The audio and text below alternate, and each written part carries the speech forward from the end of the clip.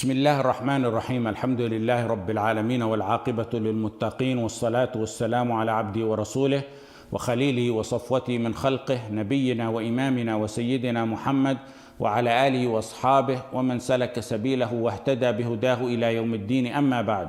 We're continuing with the nullifiers of wudu, and the author said وَالنَّوَاقِضُ فِي الطَّهَارَةِ الصُّغْرَى ثَمَانِيَةٌ. There's 8 nullifiers of wudu. The first one is الْخَارِجُ مِنَ السَّبِيلَيْنِ, anything exiting from the 2 private parts. That's the first nullifier of wudu. The second nullifier of wudu is وَالْفَاحِشُ مِنْ غَيْرِهِمَا, what exits from other than the private parts, that's repulsive. The third one is وَزَوَالُ الْعَقْلِ بِغَيْرِ نَوْمٍ يَسِيرٍ جَالِسًا أَوْ قَائِمًا. The author said loss of consciousness nullifies wudu, and similar to it ruling wise is sleep, with the exception of light sleep while a person is standing or sitting. We mentioned the summarized overall brief ruling on this matter for the layman, and then we mentioned the detailed dispute for طلاب العلم because it's a very common, widespread matter. The fourth nullifier of wudu that the author mentions is وَمَسُّ الْفَرْجِ, touching the private parts. And today, it's only focused on a male touching his penis. This mas'ala can be broken down and summarized into 5 opinions. 2 of them are the obvious 2. Touching the private part does not nullify the wudu. Then the next one is touching the private part nullifies the wudu, and I'll include within that the Shafi'iyya's opinion. It's the same opinion except they stipulated with the palm only. That can be made a separate opinion, or it can be included under that, and I'll include it under that opinion, inshallah.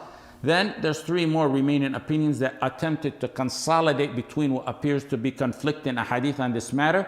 And that's the opinion that it's touching with desire, or that it's touching it purposely, or that it's mustahab and not a wajib to make wudu, for a total of 5 opinions. So let's start with the first opinion. The first opinion is that touching the private part does not nullify the wudu at all, unconditionally. And that's the opinion of the Hanafiya and Malikiyya. Some of the Sahaba that chose this is Ali ibn Abi Talib, Abdullah ibn Mas'ud, and Ibn Abbas, and Ammar ibn Yasir, among others. And some of the Tabi'een that it's attributed to is Ibn al-Mundir and Rabi'a and Sufyan al-Thawri. Their proof centers around the hadith that we'll refer to as Hadith Talq ibn Ali al-Hanafi, or Hadith Talq, or Hadith his son, Hadith Qais ibn Talq.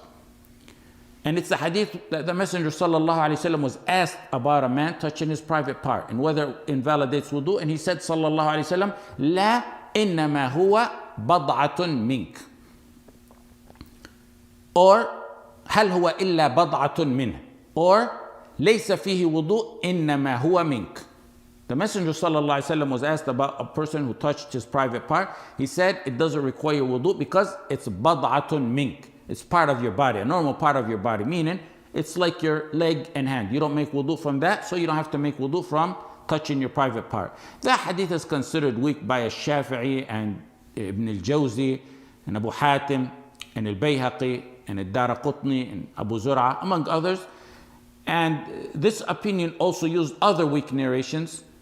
They also argued, and they said that the origin, when one performs his tahara, is that his tahara is established and remains intact, and it doesn't become nullified unless there's clear proof of a nullifier, not just some doubts. And here there is no proof of a nullifier, meaning pertaining to touching the private part.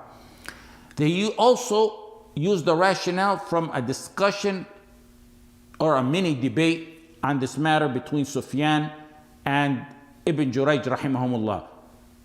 Sufyan said there's no wudu for one who touches his private part. He doesn't have to make wudu. Ibn Jurayj said he must make wudu. Sufyan asked Ibn Jurayj, he said, if someone has semen, mani, on his hand, what does he have to do? Ibn Jurayj said he just has to wash his hand. Sufyan said, what's worse or bigger, semen on the hand or touching the private part? Ibn Jurayj said, that's from the shaitan. What Sufyan, the argument that this opinion is using, is what Sufyan mentioned. What Sufyan is saying, rahimahullah ta'ala, is that he was performing qiyas, analogy, by saying if one doesn't need to make wudu from semen on the hand, which is mightier, then he doesn't need to make wudu from merely touching the private part, which is less. Al-Bayhaqi commenting on this said, what Ibn Jurayj meant when he said that's from the shaitan is that the rationale, the qiyas or the analogy Sufyan used in this matter, while there's proof on this matter, is from the shaitan. Meaning you don't resort to qiyas when there's proof. Another argument that this opinion made is that touching the private part is something very common, very widespread. It happens frequently. It cannot be accepted through ahadith al-ahad.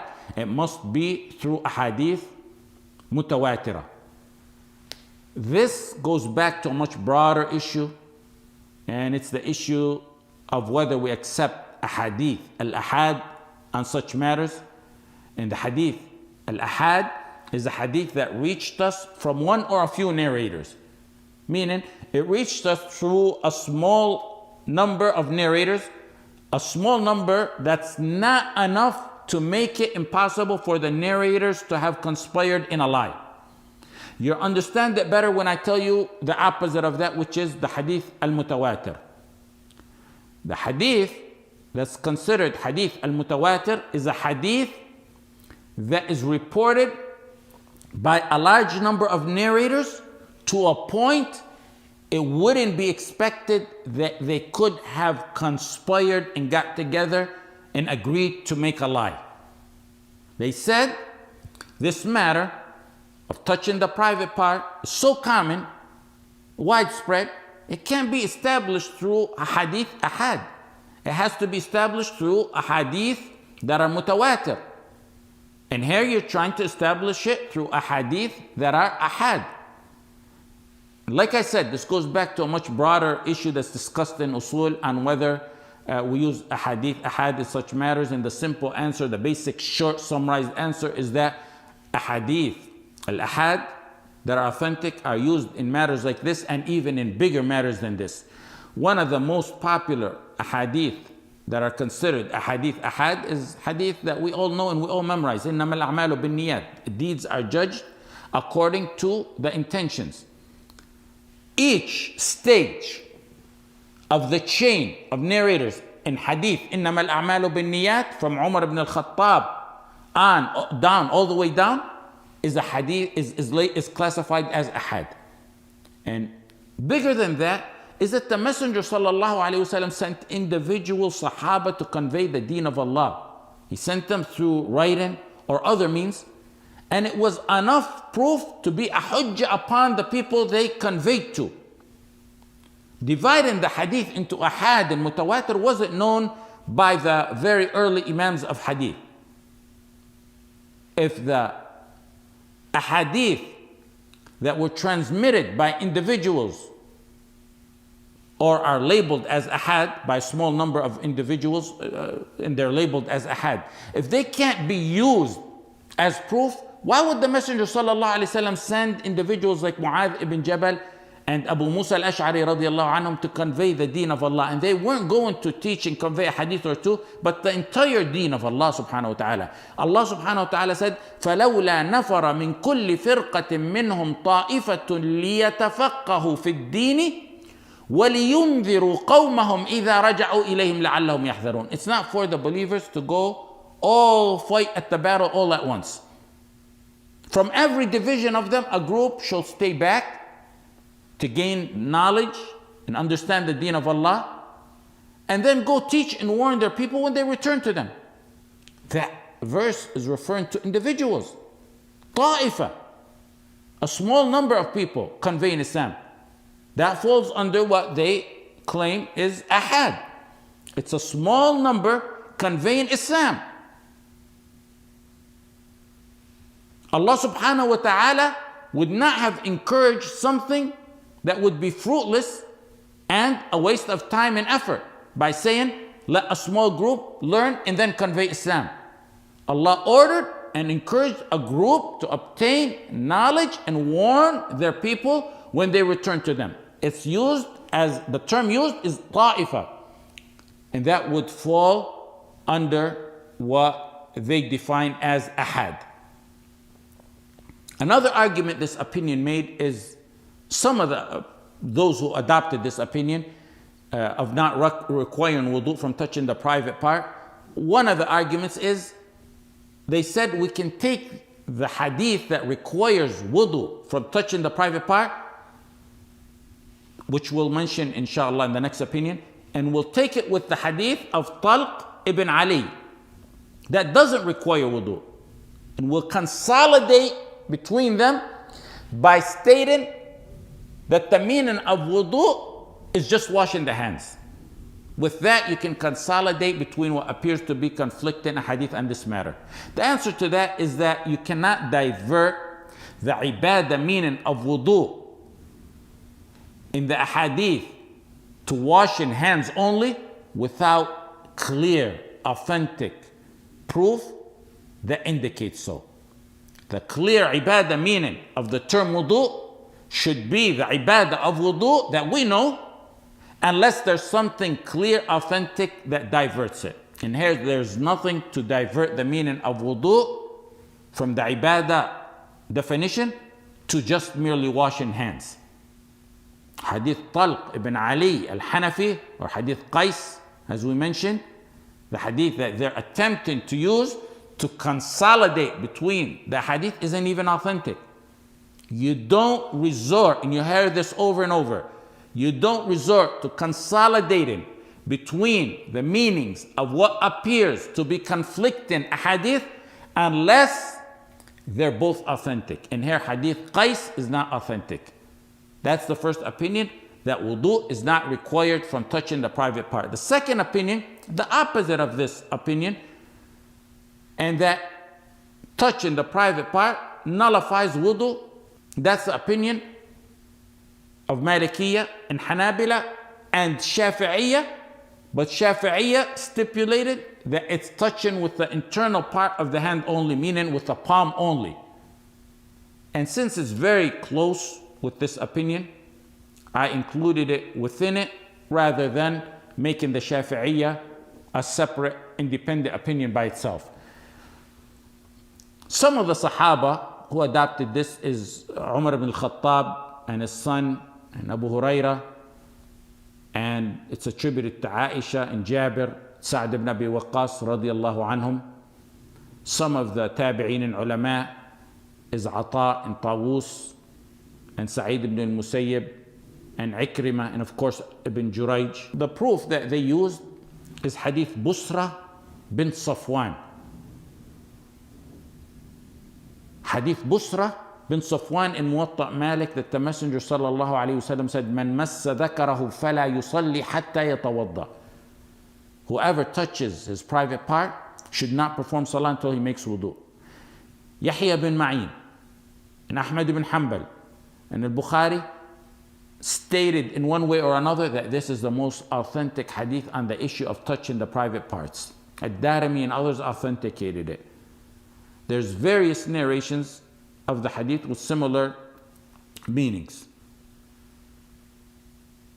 In response to those who distinguish between touching with the external part of the hand and the palm, which is the Shafi'iyya or some of the Shafi'iyya, Ibn Hajar responded to them and he said, actually he quoted Ibn Hazm. He said, Ibn Hajar said, Ibn Hazm said, it includes both the external and palm of the hand, and there's no difference between them. Then Ibn Hajar supported it by mentioning or referencing the verse, وَالسَّارِقُ وَالسَّارِقَةُ فَاقْطَعُوا أَيْدِيَهُمَا. The verse on cutting the hand when someone steals. It refers to the entire hand. When you say hand, it's the entire hand because the hand is cut from the wrist. The hand is cut from the wrist. That's the entire hand. So anything of that touching the private part nullifies wudu. Then we have three more opinions. The third opinion is that touching the private part nullifies wudu if he touches it with desire. This was an attempt to consolidate between proofs that appear to be conflicted. They said we can combine between the hadith that order wudu from touching the private part and the ones that say you don't need to make wudu by saying it's when one touches it with desire. This is the opinion of some of the Malikiyah. They said without touching the private part in desire, it's like any other body part. And they use the hadith that we took, إِنَّمَا هُوَ بَضْعَةٌ مِّنْكَ. It's like any part. So long as it's not with desire, it's like touching any part of your body. They said what distinguishes it from other parts is touching it with desire, because it may be a cause for discharge. It's something that's similar to what we mentioned when we talked about sleep. It's not nullifier in of itself, but because it may be a cause for the discharge of wind without one knowing it. Here they said touching is not a nullifier in of itself, but rather because touching in desire may cause discharge, which may nullify wudu without one knowing it. Just like sleep and the discharge of wind. They also added that hadith إِنَّمَا هُوَ بَضْعَةٌ مِنْكَ, in the first opinion. They said that hadith was in the context of a person being in salah. And they said when one is in salah, he's far from touching his private part in desire because he's occupied in ibadah and in dhikr and focused on his salah. The answer to all that is that, first of all, hadith talq is a weak hadith, as we mentioned. Number two, even if it wasn't weak, add in the stipulation of desire to touching the private part in nullifying wudu is not backed by proof, because even hadith talq, إِنَّمَا هُوَ بَضْعَةٌ مِنْكَ, it doesn't mention the stipulation of touching with desire. Nor is that even mentioned in hadith busra. That's the third opinion. The fourth opinion is that if one touches his private part purposely, it nullifies wudu. Otherwise it doesn't.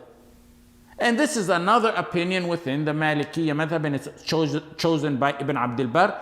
They use the proof وَلَيْسَ عَلَيْكُمْ جُنَاحٌ فِي مَا أَخْطَأْتُمْ بِهِ وَلَكِنْ مَا تَعَمَّدَتْ قُلُوبُكُمْ. There's no sin or fault on you if you make a mistake, except if your heart deliberately intends to do so.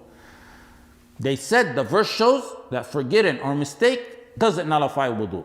The response to that is what Ibn Qudama and Al-Awza'i said. They said the ahadith that state touching the private part nullifies wudu are broad, and they don't mention purposely or mistakenly. Number two, the way we respond to them is وَلَيْسَ عَلَيْكُمْ جُنَاحٌ. The verse they use, there's no sin upon you. There's no sin upon you. No sin doesn't mean that the tahara does not get nullified. Those are two completely different issues. You don't get sins, that's one thing. But it doesn't mean that the tahara does not get nullified. A third way to respond to this opinion is you don't distinguish between purposely or unintentionally in this matter. If you say purposely touching the private part nullifies wudu, while accidentally doesn't, then why don't you say the same about all the other nullifiers of wudu? Like one who discharges wind or urinates. Why not add the stipulation of purposely urinating or discharging wind and unintentionally doing so? The argument is inconsistent when you apply it to only touching the private part, but not other nullifiers of wudu. The fifth opinion, the final opinion, is that it's mustahab to make wudu from touching the private part. It's not a must, but it's a mustahab. This opinion is inferred from an opinion of the Malikiyya that state that one who touches, it's inferred from that one who touches his private part must make wudu if he didn't make the salah yet. They said, if he made the salah, he should repeat the salah so long as the timing of the salah didn't lapse. Then they said, if the time of the salah lapsed in the past, there's no need to repeat the salah. Based on that, some ulama extracted or inferred from that this opinion is basically saying that wudu from touching the private part is mustahab, it's sunnah, it's not a nullifier, it's not wajib to make wudu. Why did they infer from that? Because they said if it was wajib, they would make him repeat the salah whether the timing passed or not. The fact that they only say repeat it so long as the time of the salah didn't lapse implies they think it's mustahab or sunnah to do wudu, not a requirement. This, like I said, is the opinion of some of the Malikiyyah. Ibn Taymiyyah rahimahullah ta'ala also chose that wudu from touching the private part is only mustahab. Their proof for saying it's mustahab is an attempt to consolidate between a hadith requiring wudu from touching the private part and those not requiring wudu by just saying the way out of it is saying is mustahab. The response is resorting to consolidating between proofs that appear to be contradicting is only when they're authentic, not when one of them is weak. When a hadith is authentic and another is weak, you don't resort to consolidating between them. Rather, you go by the authentic hadith. So al-rajih is that wudu is nullified by touching the private part. The only stipulation would be touching it without a barrier. The reason for that is what's mentioned in a narration in a hadith by Abu Hurairah and Musnad Ahmad and Al-Tabarani. إذا أفضى أحدكم بيده إلى فرجه ليس دونها حجاب فقد وجب الوضوء. If one touches with his hand his private part without a barrier, then he must make wudu. So this hadith stipulated or required wudu when touching the private part without a barrier. This hadith alone may be weak, but combined with hadith Busra, it may gain strength. However, the stipulation is actually strengthened by the linguistic meaning of touching. Just as Ibn Hazm and others said, that touching over the thawb is not really considered touching. وَالْمَاسُ عَلَى الثَّوْبِ لَيْسَ مَاسًا. Keep in mind, this mas'ala that we went over of touching the private part, I kept repeating touching the private part, and what we mean is a male touching his penis. We'll conclude with that, inshallah, and next week we'll start with a woman touching her sexual organ. And a simple note, repeating touching the private part instead of clearly mentioning, for example, penis over and over again. There's nothing wrong with either way.